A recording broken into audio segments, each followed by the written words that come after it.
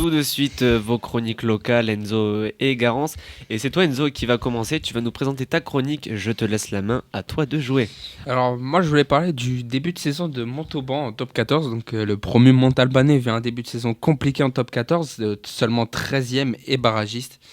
Une seule victoire et un seul match nul en 12 matchs. 4 défaites de rang pour les Montalbanais. 7 petits points. Début de saison compliqué. 16 points de retard sur Lyon, c'est pas rien non plus, donc il va falloir aller chercher des points importants.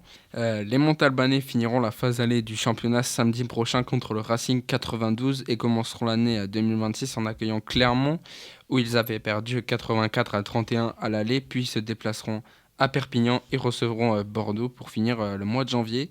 Montauban participe également à l'EPCR Challenge Cup, la petite coupe d'Europe pour les intimes. Et reste sur 2 défaites contre Parme, 41-17, et contre les Ospreys, 22-33. Les Montalbanais doivent impérativement remporter leurs 2 prochains matchs contre les Black Lions et le Connacht pour espérer jouer les phases finales début avril. Même chose pour toi, Garance. Quelle est ta chronique aujourd'hui? Eh bien moi, je vais vous parler d'un petit club du district de l'Hérault, l'Avenir Castriote, club de départemental 3, et de leur parcours en Coupe de France Crédit Agricole.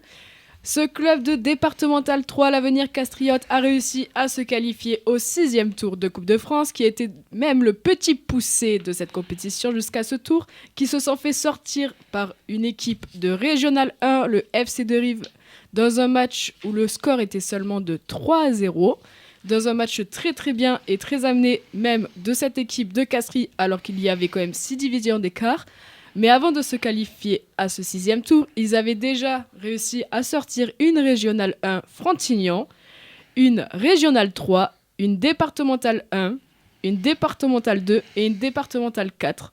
Ce qui fait qu'il faut quand même les féliciter pour ce parcours qui n'est pas anodin pour un club de Départementale 3 avec un très joli parcours. Et en championnat, ils sont à la 2e place avec 19 points en 8 journées, avec un petit point de retard sur le leader Vendargue. C'est la magie de la coupe, comme certains le diront.